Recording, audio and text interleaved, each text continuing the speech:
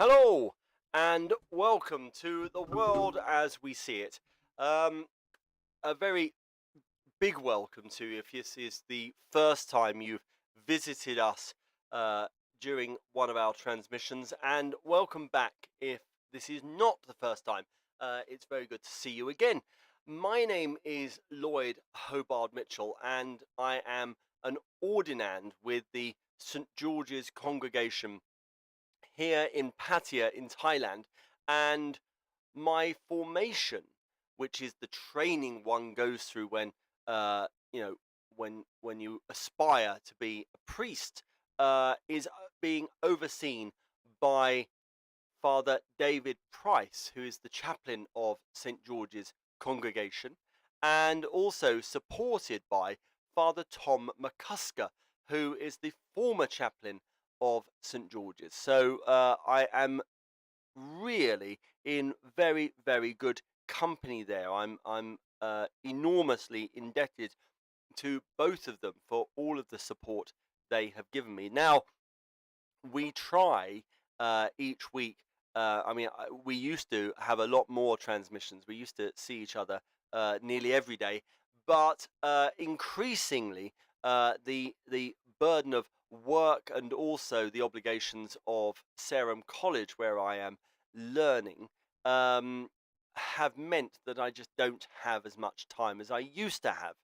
Now, that means that what we tend to do on a Tuesday, we go over the homily which was given the Sunday prior, and also on a Saturday, we go over the church times, and then we go through the order of service, which is due to be used the next day, tomorrow. So we've got our Eucharist tomorrow, and so we're going to today have a look at the church times, go through some of the headlines, and then maybe we'll spend some time chatting about various bits and pieces. I've had a very interesting message which was sent to me about the position of the Orthodox Church in Russia, and so I might well read you a little bit of that. I'm not sure what newspaper it came from. I think it probably came from the Telegraph, but I'm not sure. In any event, we'll have a look at that if we have some time before we then go through the order of service for tomorrow's Eucharist. So that's the agenda. Hopefully, you find it, stimulating, entertaining. I mean, I don't know. I don't know how else really. That's what I aspire for: entertaining and stimulating, food for thought. Now, what we will do, we will see whether this web share works. Very often, I get to this point in the evening. I'm about to click the button, and it doesn't work. So let's have a look. Is it go? Oh, it did work. So there's a pleasant surprise, isn't it? It did work. So this is the Church Times, which is a wonderful newspaper for anyone associated with the Anglican Church. And of course, I'm not sure what is available for those in the Episcopal Church in America, but certainly for those of us who are from the UK or affiliated to the Church of England in particular, this is the newspaper, and it's very, very good. Very good. Couple of things immediately jump out. One is Orthodox speak out. Russian world ideology condemned. Now, it looks to me like this comment is very similar to that which I'd been sent a couple of days ago. So we could have a look at that. That obviously relates to Russia and the, frankly, nightmare that is Ukraine at the moment. Terrible business. Then there's a good feature which says, not only men, female disciples brought into the light. And so I think that is also very, very interesting, and I'm very happy to have a look at that too. But let's why not have a look. We're going to go down, and I know I always have a bias when it comes to refugees, but I think I'm going to fight it this time because otherwise we're going to be reading about refugees every week from now on for months and months, I fear. So I don't want to be that person on purpose. Um, well, this is strange. MPs reject the Lord's amendments to soften the Nationality and Borders Bill. I'm sorry, but I have a bit of a bias there too. Um, I know it's politics. I can't help it. I can't help reflecting on, you know, folk who are, you know, refugees and asylum seekers, and even economic migrants. Very often we say economic migrants, and people think, oh no, they're the bad ones. Um, there's nothing wrong with people being an economic migrant. There's nothing, that makes them despicable. The fact that they want to go somewhere, work hard, normally, maybe set up their own business, be very industrious in order to have a better life with better options for themselves and their families. Um, I really don't understand what the issue is. When I read this, we will click on it. It says the House of Commons overturned all the amendments to the Nationality and Borders Bill made by the House of Lords earlier this month. Shocking, shocking. The whole point of the House of Lords is checks and balances, um, and they've obviously done their job, and the House of Commons, which is particularly reactionary, certainly leading up to and since the Brexit vote. What a shame. What a shame. The House of Commons overturned all the amendments to the Nationality and Borders Bill made by the House of Lords earlier this month. At the report stage, the Lords introduced a series of amendments to soften the bill. The key amendments would have seen the removal of Clause 11, which effectively creates a two-tier asylum system based on whether the asylum seekers arrive in the UK with or without official entry clearance. What? So, forgive me for saying what. The whole notion of asylum is somebody fleeing with a reasonable fear of, risk to life or limb. And, if I were running from Ukraine right now, would I, before leaving, make sure it's okay that I enter a third party country? I would just get on the first flight that comes. If I can make it to the airport, I would jump on the plane. If it happened to be landing in the UK, I would get off at the UK.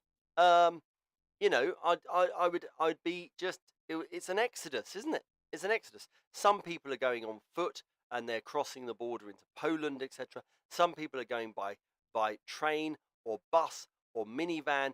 They're turning up all over Europe, whether it's Berlin or England. And what sort of notion?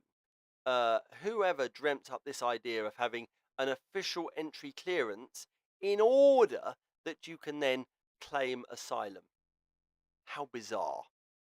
Anyway, the bishops of London, Durham, Cheltenham, Chelmsford, and St Albans all spoke out against aspects of the proposed legislation during the report stage debate in the House of Lords, and quite right too. It seems to me, frankly, balmy. But on Tuesday, when the bill returned to the House, MPs rejected every amendment. The amendment to remove Clause 11 from the bill was rejected by MPs 318 votes to 220. Well, that just demonstrates what a political hot potato refugees and migration actually is. And it always has been. It should never be political, actually. This is one of those things that should be, cross-party. They should have a very straightforward. It shouldn't be party politics involved here. It should be humanitarian. That's the issue. That's the problem. But because of all manner of scapegoating and all sorts of stuff, really since the 1990s, the last 30 odd years, we have seen, and the language that's used always like floods or stuff like that. There's actually sort of very often to do with water and and bad water. So a deluge, right? A deluge of migrants, or they're flooding in. This idea that we can't hold them back, when in fact, compared to most countries in Europe, the UK doesn't actually have a very big share of migrants per capita. You look at countries like Germany, where there's one migrant for every 17 Germans. Compared to the UK, really, we normally have something like one refugee for every 1,000 British folk. So it's all kind of blown out of proportion. This is interesting, isn't it? Also, the gender pay gap at NCI is a result of geography. Really? So, the average pay gap between men and women working for national church institutions has decreased by 1%, but the median gap between salaries is still 28%. And it's a result of geography. Really? I kind of find that difficult to believe. So let's have a look. The average pay gap, blah, blah, blah, blah. This means that for every pound earned by a man, a woman employed by the NCIs earns just 72 pence. When staff from the church's investment division employed by the Churches Commission are included in the data, the gap between men and women's pay increases to 30%. The figures were submitted to the government as part of its gender pay gap reporting and covered 588 staff. 57% of the current NCI workforce is female. So they're doing very well on the percentage, but they're not doing very well on salaries. So partly because of the fact that women made up 70% of staff based outside London and were therefore on lower salaries, which did not include London waiting. Oh, okay, so that's a technicality, isn't it? Interesting that 70% of staff based outside London are women, right? Why is there such a disproportionate ratio considering whether someone lives or works inside or outside London? And forgive me for sounding a bit judgmental, but having lived in London and worked in London, London has lots more opportunities, right? One would think. And so it looks like maybe there is a bit of a gender imbalance in terms of filling those opportunities within the capital. So it's a technicality. Yes, it's to do with London waiting. Yes, but there is disproportion in terms of gender there because of the geography, and so that's something that they probably need to sort out too. This is an interesting church times, isn't it, today? We do have the refugees. We're going to come back to Russia. I'm going to finish on the Orthodox Russia thing because I think it's a very interesting one and one where we can really, get our teeth into it. It's a little bit shocking. But in any event, let's have a look. Annual figures reveal effect of lockdown on cathedrals. Well, I'm not going to bother reading that. We know that the number of visitors will have gone down. We know that their income has gone down. So that's interesting. Sunak has ignored the poor, say charities. I'm not sure that we're too surprised about that. It needs to be said, but it's we can actually kind of predict what he was going to do, and mostly because he said what he was going to do, and then he did it. So I'm not really surprised about that. Oh, this is a good one. How to reach religious nuns. So these are the people who, on their census return, write none for religion. So let's have a look at that. Let's give that a click because that's a good one. And it's particularly relevant to where we live here in Thailand. We have a lot of expats here who, for whatever reason, are, they found that faith for them is irrelevant. in some cases when I've spoken to them, um, or they say that they were, you know, religious, but they're not anymore, so they're lapsed. Um, or they actually, when starting a conversation with them, they tend to have quite a profound uh, anti-reaction. I mean, I wouldn't say that they were even atheists. I mean, they're non-committal on lots of things. Um, but as soon as one says church or Christianity, then they tend to have a big negative reaction. So um, let's have a look. It says, when asked, do you regard yourself as belonging to a religious group, 52% of adults tick the nuns category. At least that is what the 2018 British Social Attitude Survey found. This means that we are regularly interacting with nuns, pronounced nons, day in, day out, even if we are not aware of it. It is not exactly a great word to describe such a large and diverse demographic, but it is a widely recognized term, and so it remains for now the best shorthand for those who would self identify as having no religious faith. Very interesting. So, the majority of this group say that they have very little interest in faith. They are dismissive, hostile, or just benignly indifferent. If this isn't one of the biggest challenges and opportunities for the church right now, it is difficult to know what is. That's my attitude completely. Over here in Thailand, I'm quite keen to get us, I say us, you know, those who are within the church, to kind of get out there chatting to these folk who otherwise self identify as folk who don't belong in church. Um, in my opinion, they do. And I'm quite keen to have conversations with them. If the C of E is serious about wanting to be a church of missionary disciples, which wants to grow younger and more diverse, then reaching the nons needs to be a high priority for us all if we want to be a beacon of hope, shining Christ's light for the benefit of all. Then we cannot ignore this demographic, even if they choose to ignore us.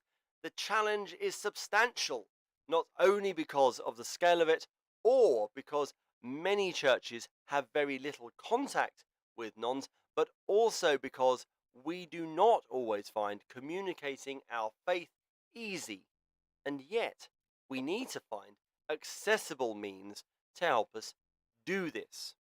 The church needs, though, not to be overwhelmed, intimidated, or diffident, but to have confidence that God is continually drawing people to himself, and that many of these good people in families, neighborhoods, and every community are hungry for God, even if they have not necessarily articulated it in that way yet.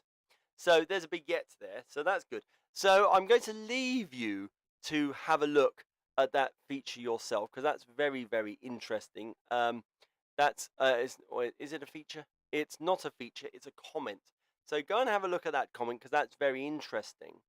Let's have a look, see what else we've got going on. Now we've got Mothering Sunday. Mothering Sunday tomorrow. And this is interesting because this is the first Sunday, the first Mothering Sunday, where I have suddenly been made aware that Mothering Sunday always coincides with the Annunciation, and I had never realised that. It's only today that that's been told to me. So I'm kind of like, wow, that's really good. Suddenly it makes sense. I could never work out why it was when it was. But Mother's Day tomorrow, so well, certainly in the UK. Here in Thailand, Mothering Sunday occurs on the Queen's birthday, and I can't remember when that is, which is very, very bad. I've forgotten as well. So there we are. Now, I think what we'll do, because we are short on time, I don't want to keep you too long, But let's have a look at the Orthodox speak out. Um, so, in a declaration published last week, Orthodox theologians condemn Patriarch Kirill's support for the Ukrainian war. The Russian invasion of Ukraine on the 24th of February is a historic threat to a people of Orthodox Christian tradition. More troubling still for Orthodox believers, the senior hierarchy of the Russian Orthodox Church has refused to acknowledge this invasion, issuing instead vague statements about the necessity for peace in light of events and hostilities in Ukraine, while emphasizing the fraternal nature of the Ukrainian and Russian peoples as part of Holy Rus, blaming the hostilities on the evil West and even directing their communities to pray in ways that actively encourage hostility. The support of many of the hierarchy of the Moscow Patriot for President Vladimir Putin's war against Ukraine is rooted in a form of orthodox ethno-philetist religious fundamentalism, totalitarianism in character called Ruski Mir, or the Russian world, a false teaching which is attracting many in the Orthodox Church and has even been taken up by the far right and Catholic and Protestant fundamentalists. The speeches of President Vladimir Putin and Patriarch Kirill of Moscow have repeatedly invoked and developed Russian world ideology over the last 20 years. In 2014, when Russia annexed the Crimea and initiated a proxy war in the Donbass area of Ukraine, right up until the beginning of the full-fledged war against Ukraine and afterwards, Putin and Patriarch Kirill have used Russian world ideology as a principal justification for the invasion. The teaching states that there is a transnational Russian sphere or civilization called Holy Russia or Holy Rus, which includes Russia, Ukraine, and Belarus, and sometimes Moldova and Kazakhstan, as well as ethnic Russians and Russian-speaking people throughout the world. It holds that this Russian world has a common political center, Moscow, a common spiritual center, Kiev, as the mother of all Rus, a common language, Russian, a common church, the Russian Orthodox Church, Moscow Patriarch, and a common patriarch, the Patriarch of Moscow, who works in symphony with a common president, national leader Putin, to govern this Russian world, as well as upholding a common distinctive spirituality, morality, and culture. You know what? I mean, I try to read it with a bit of gusto, a bit of feeling. I can't help but feel that by reading it, I'm just reading the propaganda, right? It feels bad. It's nationalism and any kind of, well, I mean, there are examples in other wars where the churches have been manipulated. So and sometimes quite knowingly. So this is not the first time. Um, it's bad. This is bad stuff, right? When the faith actually simply endorses political will, and where political will is not at all on the side of the people. Um, so you know, I'm not going to read anymore because I think it's ghastly, ghastly stuff and terrible, actually terrible. Well, look, all we can do is pray that all of the aid which is directed towards Ukraine continues to flow. All we can do is hope that this most recent, surge of losses that the Russians have been suffering, and it's terrible how, you know, it doesn't matter how, whether it's a defending group of soldiers or the aggressive side. Um, any loss in war is ghastly, and I can't help but think that the numbers of Russian losses are obviously not being um, disclosed honestly. Whether or not we are reading accurate numbers of Russian losses, who knows, right? We suffer from our own propaganda machine. The only difference is we are allowed to point at it and say propaganda machine. Um, so who knows what the figures are?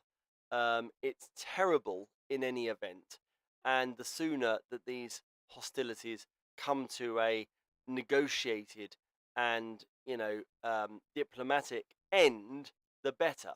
Um, it's better for everyone. I really do think that. So now let us then we'll go now to our order of service for tomorrow. I think we've had enough of the church times. Certainly, I have. And let's have a look. Let's talk about the Eucharist tomorrow, because that's the good stuff. Here we are on the homepage of the St George's Congregation Patia. This is our lovely website, stgeorgespatia.com. And we're going to click on this red button that says latest sermons. This is the easiest way to get to the order of service. And we've got forthcoming services, you can see there. And we're going to click on the fourth Sunday in Lent, which is tomorrow. And that will take us to our order of service. Now, you can see it's got all of the information there, so you know that you're in the right week. We've got the title, the date, what year we're in, whether it's proper or ordinary or all of that stuff. And the fact that we start promptly 3 p.m. Bangkok, Jakarta time. There are, for those of you who haven't been here before, especially if you are keen to worship online, there are some instructions here, and be mindful of them. It does give you a few instructions on what to do and when to do it, and hopefully that will help you to follow the service and for it to be more meaningful for you.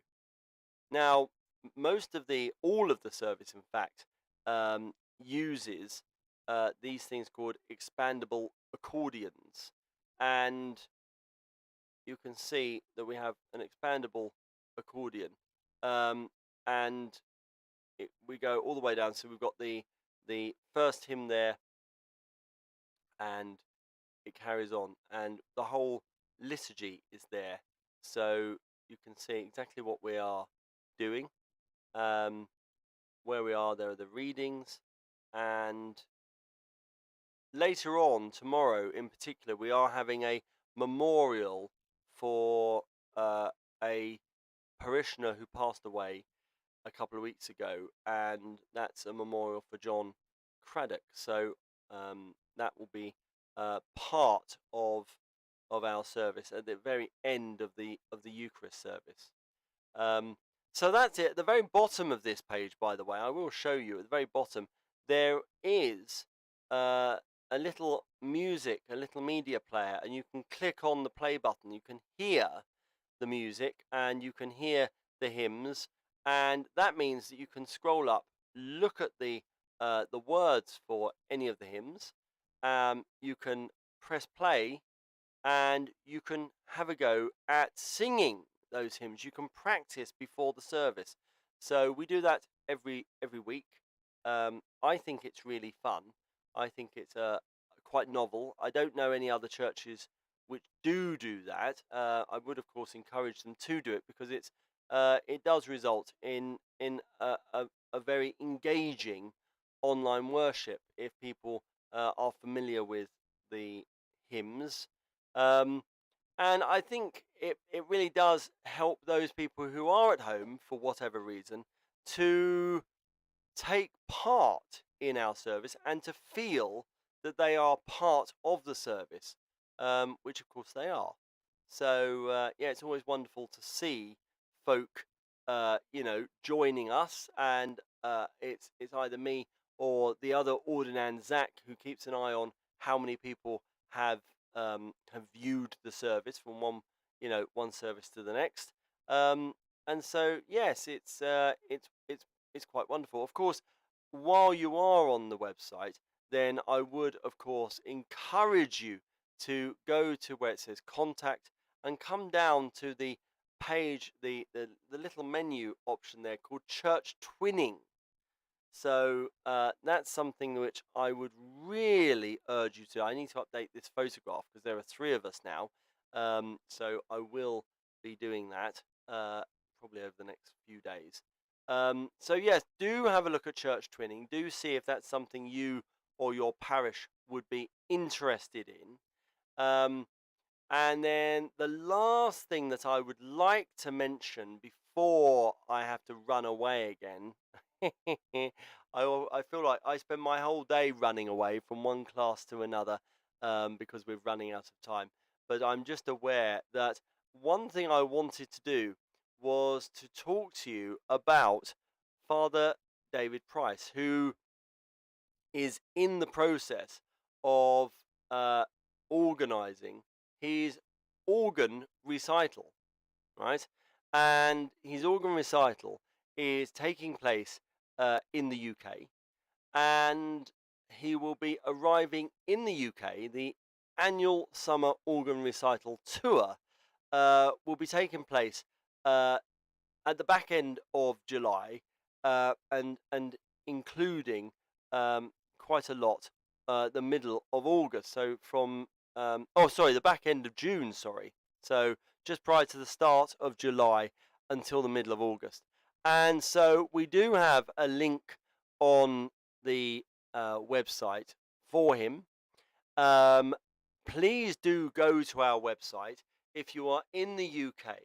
If you haven't heard Father David playing on your uh, church's organ, then I do encourage you to get in touch because it's a wonderful opportunity to hear an excellent organ player, somebody who's been involved in church music and church organ playing for his whole professional career. So uh, do get in touch if you would like him to come your way. You've got some confirmed dates there.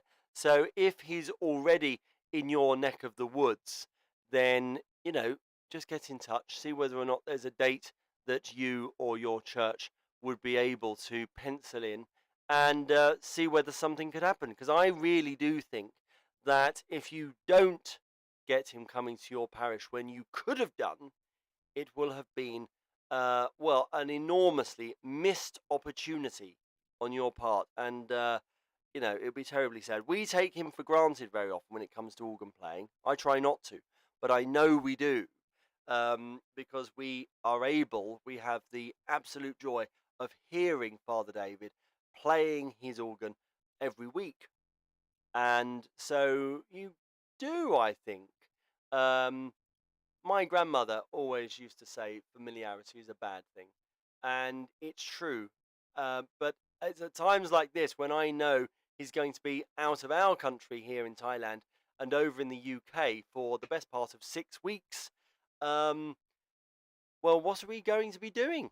I mean, I don't know how we'll have to work something out, because if he's not playing the organ for us and he's playing it for you guys, what are we going to do? We have to use some of the recordings, no doubt. Um, well, look, there we are. I encourage you to get in touch with Father David, to book him, and I jolly well hope you do. Now, let's leave that now. What we are going to do is we're going to go on to what we do at this time of the evening, and that is we're going to say our prayers. And we start saying our prayers with the Lord's Prayer. Um, I know that some of you who watch might not want to join in. I urge you to join in, or at least not to go away, but instead just to stick around while we say our prayers, because just hearing the prayer, I think is very, very positive for you if it's something that you wouldn't or don't normally do. So, yeah, do stick around. Let us pray with confidence to the Father, as our Saviour has taught us. Our Father, who art in heaven, hallowed be thy name. Thy kingdom come, thy will be done on earth as it is in heaven. Give us this day our daily bread, and forgive us our trespasses, as we forgive those who trespass against us. And lead us not into temptation, but deliver us from evil. For thine is the kingdom, the power, and the glory, for ever and ever. Amen. Eternal God, give us insight to discern your will for us, to give up what harms us, and to seek the perfection we are promised in Jesus Christ our Lord. Amen. So, thank you very much for joining me today. It's been wonderful having you with me. I can't tell you how pleased I am whenever I see that there are 2, 3, or 4 people viewing at a time. So it's really good. I hope it's been a little bit interesting. It's not everyone's cup of tea, I'm sure, but in any event, we are back tomorrow. We're back at 3 o'clock tomorrow for the Eucharist service and also the memorial for John Craddock. And then after that, we will be back again on Tuesday to go over the homily that Father David has given for the 4th Sunday in Lent. So hopefully for you all, that is something to look forward to. We hope that you will join us tomorrow, if not live, certainly on the replay. And I will say then that, well, I always say, with prayers and best wishes. Bye-bye for now.